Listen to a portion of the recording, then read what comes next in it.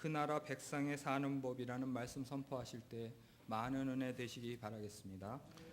할렐루야. 자, 우리 옆에 분하고 인사하겠습니다. 반갑습니다.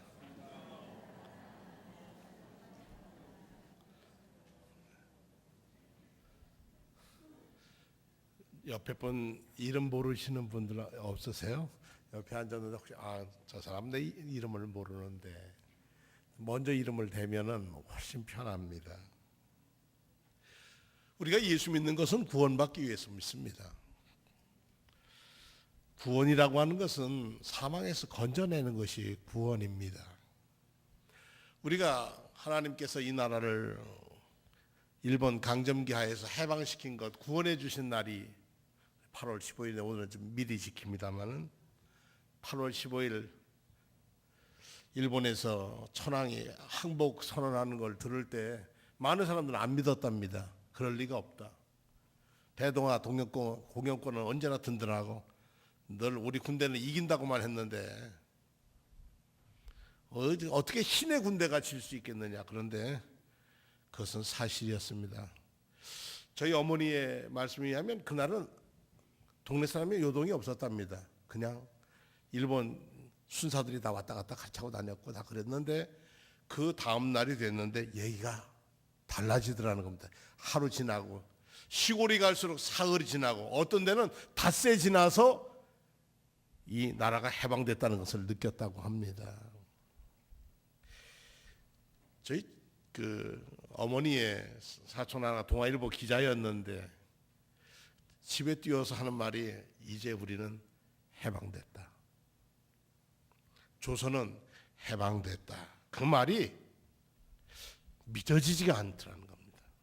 왜냐하면 36년을 얼마나 고생하고 살았는데 해방이라는 말만 들어도 가슴이 울렁울렁거려서 먹을 수가 없었답니다.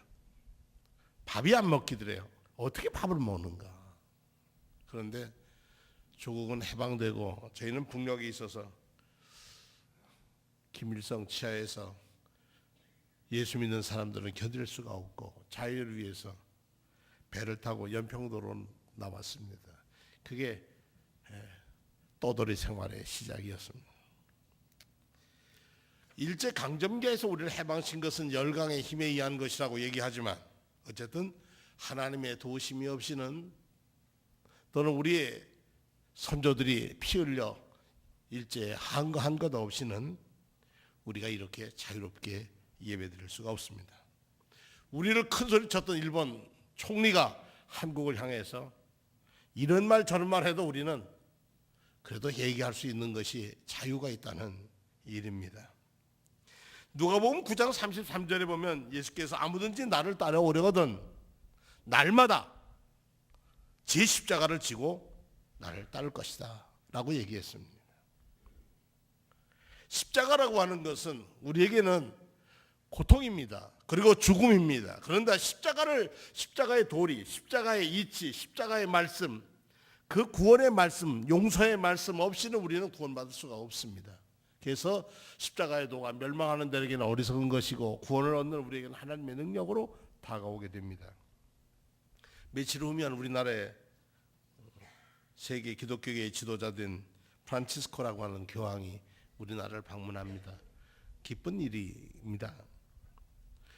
그 사람은 교황이 될 때부터 그는 그의 이름을 프란치스코라고 하고 제일 낮은 이름, 아무 교황도 쓰지 않았던 가난과 청빈을 사랑했던 그 이름을 따서 자기 이름을 지었습니다. 아마 깜짝들 놀랐을 겁니다. 프란치스코가 뭐야?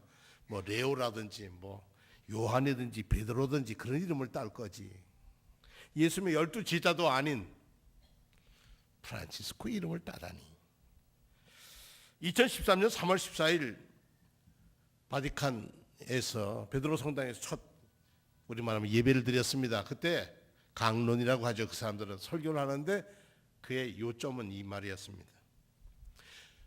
교회가 십자가 없이 나아가고 십자가 없이 세워진 교회를 세우고 십자가 없이 그리스도를 고백한다면 우리는 그리스도의 제자가 아닙니다. 십자가를 지지 않고 십자가를 지고 가지 않는다면 우리는 세속적으로는 사제도 되고 주교도 되고 추기경도 되고 교황도 될 수는 있지만 주님의 제자는 아닙니다. 76인가 되시는 분인데 그분의 첫 말씀이 우리는 뭐 해야 돼요? 그리스도의 제자가 되어야 합니다. 세상의 제자가 아니라 권력과 힘에 눌린 사람이 아니라 타협하고 사는 사람이 아니라 우리는 겸손하게 십자가를 지고 가야 한다. 십자가 없는 교회, 로마 가톨릭 교회가 목에는 걸고 다니고 십자가를 들고 가는데 십자가가 없다는 거예요. 왜냐? 고난이 없는 교회, 고난을 외면하는 교회, 고난 없이 편하게 믿고 구원받으려고 하는 교회는 그거는 교회라고 이름을 붙일 수 있어도 그리스도의 제자는 아니다. 아주 대단한 선언이었습니다. 내가 교황이 됐다고 해서 내가 높은 자리에 있는 게 아니라 나는 그냥 그리스도의 제자일 뿐이고 로마의 주교일 뿐이다. 그렇습니다. 우리가 예수를 믿는다는 것은 여러 가지 의미가 있지만은 결국 우리가 바라는 것은 흔들리지 않는 것, 확고한 것에 대한 소망입니다. 확실한 미래가 있다는 것입니다. 이 미래를 사모하고 사느냐 아니면 그냥 흔들리는 세상에서 흔들리고 살다가 끝날 거냐, 그것은 다릅니다. 꽃들이 아무리 흔들려서 피지만 그 뿌리는 흔들리지 않습니다. 그리고 흔들리다 피는 꽃도 씨앗을 땅에 떨구어서 다시 땅을 바탕으로 해서 꽃을 피워 올립니다. 이 흔들리지 않는 나라, 그 나라, 그 백성이 살 수 있는 나라는 어떤 나라일까? 세 가지 차원에서 볼 수 있습니다. 첫째는 하나님 나라가 싫지 않는 것을 믿는 차원입니다. 믿음의 사람들은, 우리 성도님들은 믿음이 세상의 전부라고 생각합니다. 그러나 물질이나 육신이 우리 인생의 모든 전부라고 생각하지는 않습니다. 미래는 현미경으로도 볼 수 없고 망원경으로도 관찰할 수 없는 이상에 존재하고 있는 미래가 있습니다. 우리가 보아 아는 이 물질 세계는 하나님의 영원한 나라의 일부이긴 합니다만은 전부는 아닙니다. 하나님의 나라가 언제 오느냐고 묻는 바리새파 사람의 질문에 예수님은 이렇게 대답을 했습니다. 하나님의 나라는 눈으로 볼 수 있거나 눈으로 볼 수 있는 모습으로 오는 게 아니에요. 또 여기 있어요, 보아라 여기 있어요, 아니야 저기 있어, 이렇게 말할 수도 없습니다. 하나님의 나라는 여러분 가운데, 너희 가운데 있습니다. 이렇게 얘기를 했어요. 너희 가운데란 말은 두 가지 뜻이 있죠. 하나는 네 마음속에 있다는 뜻이고요, 또 하나는 너희의 서로의 사이에 있다는 얘기입니다. 너희 중에 있다는 거죠. 너희 가운데 있다는 겁니다. 하나님 나라는 이미 우리 안에 있고 또한 우리가 그 나라 안에 살고 있습니다. 눈이 어두워서 그것을 잘 보지 못하고 그 나라의 확신에 마음을 두고 살지 않을 뿐입니다. 예수를 믿는다는 것은 그 나라가 존재한다고 믿는 것을 우리는 고백합니다. 그러므로 하나님 나라는 어디 있느냐? 우리 마음에도 있고 서로 사랑하는 관계에도 있습니다. 어느 책에 보니까 멕시코에 샌 미구엘이라고 하는 동네에 가면은 이렇게 뭐라 그러면 체인점 같은 게 없답니다. 가게가 별로인데. 근데 가게 가서 만약 제가 이제 뭘 하나 이렇게 하나 사게 되면 주인은 당연히 팔아주셔서 감사합니다, 그렇게 인사를 한대요. 그러면 사는 사람은 이렇게 얘기하는데, 제가 꼭 가지고 싶은 것을 갖게 해주셔서 고맙습니다.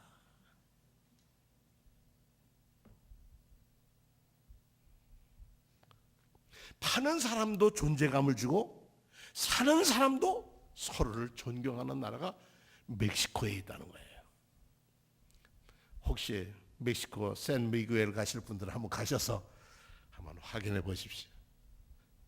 그 동네에는 가난한 동네인데 사람들 얼굴에 활기가 있고 생기가 있다는 거예요. 문제는 뭐예요? 내가 그 동네 가서 살면서 자기도 그런 사람으로 바뀌더라는 거예요. 하나님 나라는 이렇게 보는 차원의 두 번째 차원이 있습니다. 거기에 듣고 보고 삽니다. 흔들리지 않는 나라, 확실하게 보장된 나라가 있습니다. 요즘 아주 속상한 얘기들이 너무나 많이 들리지 않습니까? 아들을 군대 보내놓고 엄마들이 얼마나 걱정을 합니까? 부모도 그렇고 형제도 그렇습니다. 그런데 그런 곳도 있지만 참 사랑하는 곳도 더 많습니다. 그런 일이 있어서는 안 되죠. 그리고 우리는 그런 것이 의당이 있는 줄 알고 살았습니다. 또 그렇게 매를 맞지 않으면 또 부대 생활을 안 하는 건 줄 알았어요. 그런데 그것이 어디서 왔는가 하라고 물으면 일제 군국주의의 잔해물이라는 거죠. 군국주의에서 군대가, 일본 군대가 하던 것들의 흔적들이, 잔해가 아직까지 대한민국 군대 안에 존재하고 있다는 거죠. 뭐 쉽게 생각하면 뭐 남 얘기할 것도 아니고 우리 교회 안에서도 우리가 교단이란 말 쓰는 것 자체가 부끄러운 일제의 한국 교회를 한층 낮춰서 얕보아서 만든 말이 교단이에요. 예를 들면 일본 대일본 기독교 교회, 그리스도 교회, 조선 그리스도 교단. 그러니까 일본 교회에 예속되어 있다는 거예요. 그러니까 여러분들이 혹 사람들이 만나서 교단이라는 말을 쓰면 우리는 아직 해방되지 않은 거예요. 일제하에 살고 있는 거예요. 그리고 그것이 당연하듯 써요. 이건 우리 감리교 총회에서도 몇 번 지적되었고 고치겠다고 했는데도 안 돼요. 왜냐? 마음속에 그게 젖어 있거든요. 편하대요, 쓰기가. 편하다고 해서 그냥 쓰는 것은 아니에요. 또 예수님께서는 이런 말씀도 해요. 로마서에 보면 바울 사도는 이런 말씀을 하셔요. 하나님 나라는 어떤 나라냐? 그 나라의 성격을 내서 먹는 일과 마시는 일이 아니다. 하나님의 나라는 성령 안에서 누리는 의, 올바름, 정의, 평화, 그리고 기쁨이다. 우리가 얼마 전에 하버드 대학 교수의 정의란 무엇이라는 책가 아주 인기 있게 팔렸습니다. 그 어려운 책을 저는 앞에 보다가 못 봤습니다. 참 어려운 책인데 우리나라에 팔리긴 무지무지 많이 팔렸답니다. 근데 왜 팔렸냐 하니까 정의란 말이 고마워서 샀대요. 책 사는 사람들의 마음에 정의가 그립다는 거예요. 우리가 경제적으로는 이만큼 잘 사는 나라가 됐는데 바르게 옳게 하는 것에 대해서는 그립다는 거예요. 그것이 이제는 뭐예요? 평화라는 게 얼마나 평화라는 게 군대 안에서나 가정에서나 국가에서나 이 평화라는 게 얼마나 소중한 것인데요. 그러면 이제 남은 것도 하나 더 있는데 그것은 통일의 기쁨이라는 것도 우리에게 하나님은 주실 거예요. 이것을 어디 안에서 누리느냐고요? 성령 안에서 누리는 하나님 나라. 이게 든든하가 우리 그 나라 백성이 살 때는 거기서 사는 거라는 것입니다. 하나님의 은혜로 인하여 깨끗이 씻김 받았다는 확실한 증거를 기도하면서 또는 말씀 읽으면서 나는 하나님의 자녀다라는 확신을 가지신 분들이 계실 거예요. 그것이 바로 성령 안에서 누리는 기쁨입니다. 세 번째는 그 나라를 사모하며 사는 겁니다. 지금 내가 사는 세상도 힘든데 뭐 어떻게 그런 나라를 사모하며 사는가. 일제가 들어오면서 우리나라 찬송가 가사를 바꿔 부르겠습니다. 예를 들면 십자가 군병들아 그런 건 풀로 붙여서 앞뒷장을 딱 붙여서 못 부르게 했습니다. 그리고 꺼목대로 지우라고 그러기도 하고. 그중에 여러분들이 얼마 전까지도 우리 그랬었던데 저 높은 곳을 향하여 날마다 나아갑니다 하는 찬송 가사입니다. 그 2절 괴로움과 죄만 있는 곳 나의 여기 살릴까. 옛날 찬송가는 그래 되어 있습니다. 이 세상은 죽을 세상, 망할 세상이야. 저 높고 빛난 저곳을 날마다 바라봅니다. 이 세상은 망할 세상. 이건 뭔지 아시면 일제가 한국 기독교에 들어오면서 이 세상 그냥 사는 거야. 저 세상만 바라보고 살아. 이렇게 해서 사람들의 교회 안에서 사람들의 마음을 바꿔놓은 겁니다. 그걸 바꿨죠. 이제는 그렇게 안 부르죠. 괴로움과 죄만 있는 곳. 그 다음에 뭐죠? 나 비록 여기 살아도. 이게 달라진 겁니다. 하나님 나라를 소망하며 사는 것은 내가 지금 사는 것이 형편없어요. 괴롭고 힘들어요. 예수를 믿는데도 어려움을 겪어요. 그러나 나 비록 여기 살아도 내 소망은 여기 있지 않다. 흔들리지 않는 하나님의 나라에 있다. 이 나라가 있는 사람과 없는 사람과는 인생이 다릅니다. 가치도 다릅니다. 믿음이 자라는 과정은 마치 임신한 것과 같습니다. 처음엔 믿음이 들어오면 그게 있는지 없는지 알 수가 없어요. 복음을 받아들였는데도 알 수가 없어요. 그런데 그것이 복음이 내 생활에 조금 간섭해 들어가면 모든 일을 결국은 이게 하나님이 기뻐하시는 일일까? 이것이 주님이 원하시는 일일까까지 생각하도록 자라게 해요. 이것이 믿음이 씨앗이 자라는 거예요. 그러다 보면 어떻게 합니까? 열매를 맺습니다. 열매. 원주 학성감리교회라고 제가 있을 때는 원주에서 감리교회 중에 두 번째로 큰 교회였습니다만 지금은 좀 다릅니다. 큰 교회가 많아서 학성감리교회 한 집사님이 고등학교 선생님이었는데 결혼을 했습니다. 그런데 그 당시 임순목이라고 하는 목사님이 담임이었었는데 목사님이 말씀하시기를 너희는 하나님을 기쁘시게 하는 사람으로 살아라. 뭐 결혼 주례 때 그런 말씀을 그리고 마음에 간직하고 아이를 낳았어요. 아이를 낳았는데 이 아이의 이름을 뭘로 짓까 하다가 엄마가 이름을 지었다는 거예요. 너는 열매를 맺었으면 좋겠다. 그래서 열음이라고 졌답니다. 열매를 맺으라. 그래서 승이 손씨예요. 손여름이. 교회에서 자라서 5살부터 피아노를 쳤는데 이제는 세계적인 젊은 거장이 됐어요. 그가 그 어려움을 겪을 때마다 뭘로? 기도와 믿음으로 자라게 했다. 조그만 씨앗을 하나 심었는데 이번에 우리 학생부 수련을 했는데 제가 첫날에 갔습니다. 첫날에 가서 우리 똑같이 약속대로 아이들에게 하는 사람 한 사람 기름을 바르고 기도해 주려고 가서 딱 자리 앞에 앉아 보니까 아이들의 마음들이 착 정리되어 있어요.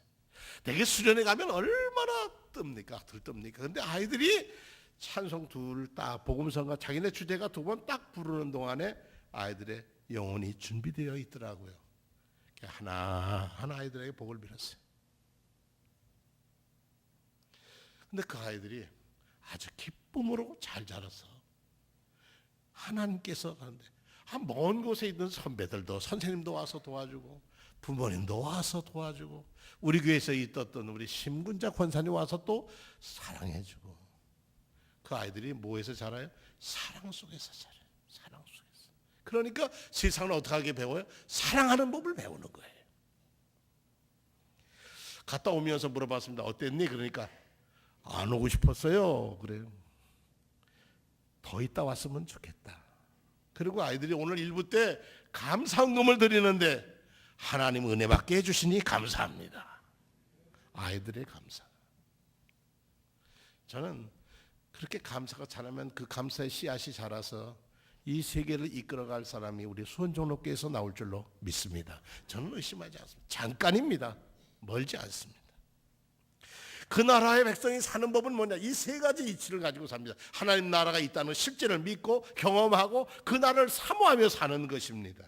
이 사모함이 없이 산다는 것은 우리는 너무나 허무하게 사는 사람들입니다. 그래서 저는 제 자신에게 물었습니다. 십자가의 도가 멸망하는 자에게는 어리석은 것이고 구원받는 우리에게는 하나님의 능력이라는데 나 자신은 하나님의 구원을 갈급하게 살모하고 열망하고 있는가? 십자가라는 것이 정말 날 위해서 죽으신 십자가의 그 십자가의 고통을 잊고 있지는 않은가? 그냥 편안하게 살고 있으니까 십자가는 그냥 장식품으로 바뀌지는 않았는가? 한번 우습게 말씀을 드렸습니다만 어느 교회에서 여러분은 매일 십자가를 지고 살아야 합니다. 그랬더니 한 분이 손을 딱 여자분이 손들더만 저는 매일 십자가를 지고 산다고 그래서 어떻게 지냐고 그랬더니 자고 나면요 목걸이 십자가 뒤로 딱 넘어가 있어요. 그럼 맨날 저는 십자가 지고 산다고 그러더니 잠마다 그런 십자가 지는 건 십자가가 아니죠. 십자가는 내 대신 죽은 피 흘리신 아픔의 대가가 십자가예요. 자, 그러면 우리는 그 흔들리지 않는 나를 위해서 어떻게 십자가를 질까? 이거 좀 어려울 것 같아도 쉽습니다. 남을 배려해 주는 일이 십자가를 짓는 첫 번째 길입니다. 쉽습니다. 이번에 윤일병 사건 이후로 굉장히 어제 뉴스를 보니까 어떤 어머니가 면회를 가서 아들을 보고 하는 말이 얘야 내 친구가 내 아는 사람이 어렵거든 너는 그를 도와줘라. 전 그 말에 그래, 한국 희망이 있다 그랬어요. 야, 너 그러면 엄마한테 일러? 이런 게 아니라 내 이웃에 어려운 한 사람이 있거든. 너는 그를 도와야 한다. 그 어머니 이름도 안 나오고 그 아이 누군지 모릅니다. 그런데 제가 탁 들리기는 뭘로 들리냐 하면 그 어머니의 믿음 속에 살면 그 아이는 반드시 제대도 자랄 거지만 좋은 일꾼으로 살 거다. 왜냐? 좋은 부모 밑에 자라니까. 두 번째로 그 나라 백성이 살려면 삶의 목표가 흔들리지 말아야 합니다. 사람들은 내 자식을 어떻게 키우면 하나님이 기뻐하실까? 그 생각 가지죠. 그러나 지금 어떻게 잘 될까? 어떻게 좋은 직장, 어떻게 많은 수입, 어떻게 행복, 뭐 이런 거죠. 저희 교회 올해 아이들 중에서는 수련회 가고 싶어도 못 간 아이들이 있습니다. 왜냐? 서로 얘기 끝에 뭐 한마디 말을 했는데 그게 자존심을 건드렸어요. 지금 자기가 좀 힘든데 힘든 것을 건드려 놓으니까 저는 안 가겠다. 근데 힘들려고 한 것은 아닌데 약한 사람은 작은 말 한마디도 아픔을 겪게 되죠. 그런 사람들에게 사실 배려를 한다는 것은 뭘까요? 그 아픔도 기억하고 내 말과 행실이 그들에게 힘이 되어줘야 되겠죠. 세 번째로 그 나라를 위해서 살 수 있는 게 뭘까? 그것은 변화입니다. 기독교 역사에 아주 훌륭한 설교자들이 많습니다. 근데 1800년대에는 찰스 스펄전이라고 하는 영국 사람 목사님이 계셨는데 저는 그분의 교회가 지금도 있습니다만은 참 대단했답니다. 그러니까 어떤 사람이 물었대요. 스펄전 목사님, 우리 할아버지 때는 복음을 받아들이지 못해서 죽으셨는데 천국 갔을까요? 못 갔을까요? 뭐 그런 거 물어볼 수 있지 않습니까? 저도 4대조 5대조가 뭐 예수 모르고 사셨는데 천국 가셨을까요? 못 갔을까요? 그러니까 스펄전 목사님이 가만히 쳐다보면서 이렇게 얘기를 했대요. 그보다 더 중요한 질문이 있는데요. 예수님을 안다는 사람들이, 예수님을 믿는다는 사람들이 그분에 대해서 들어보지도 못한 사람에게 예수님을 전하지 않는다면 그들이 어떻게 구원받은 사람이라고 말할 수 있을까요?